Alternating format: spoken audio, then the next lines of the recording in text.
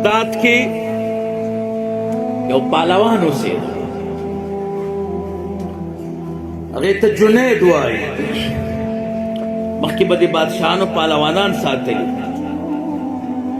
جنید ورته وایي. یو معرکه او یو مقابله ولګېده. خلک وی نن به جنید پهلوان مقابله کوي. د جنید مقابله یې چا نشو کولی. بادشاه اعلان وکړ چې زما د پهلوان نه چا مقابله وګټله دومره دومره انعام به ورکوم.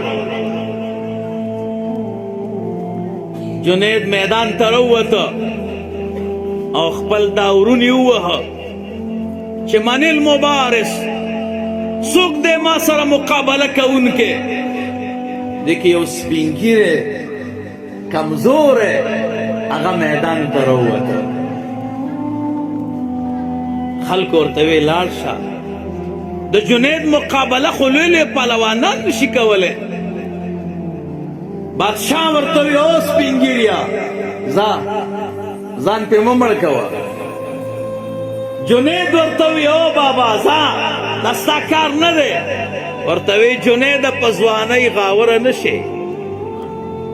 نن زه سپین ږیری یم خو ستا ملا به په ځمکه باندې راغورځوم، نشي خلاصېدلی.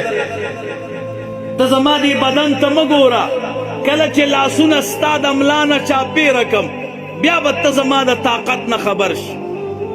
ډېرې سختې خبرې وکړې. ډېرو خلکو ورته وي چې زه کاکا دا ستا کار نه دی. ویل نه.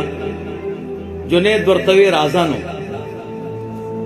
جنید ډېر په جوش او خروش کې راووته. بابا ورته وی کبر ونه کې، نن به د سپین ږیری راسملی. کله چې لاسونه چاپېره کړه بابا ورته وی کله چې د لاسونه رانه چاپېره کړه ما تا نه چاپېره کړه بیا به زه تا ته ویم چې خپل ټول طاقت استعمال کا. هغه ډېره ښه ده. لاسونه یې ترې چاپېره کړه. غوږ کې ورته وایي جنید پهلوان نه یم، د رسول الله مبارک اولاد او سید یم، غریب یم، بېګا مې ټولو بچیانو لږه تېره کړې ده. د ولږې او د فقیرۍ د لاسه مې خوب نه دی کړی بچیانو. سار راپورته شوم خبر شوم چې د جنید مقابلې دپاره بادشاه اعلان کړی.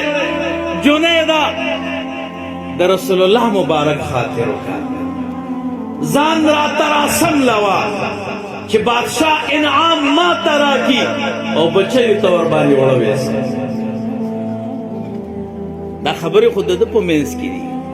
جنید وی یا الله حیران شو. یو طرف ته د رسول الله مبارک خبره ده، بل طرف ته پهلوان یم، د عزت والا سړی یم، دا هر څه به مې ختم شي. خلک خو د ده خبرې نه اوري.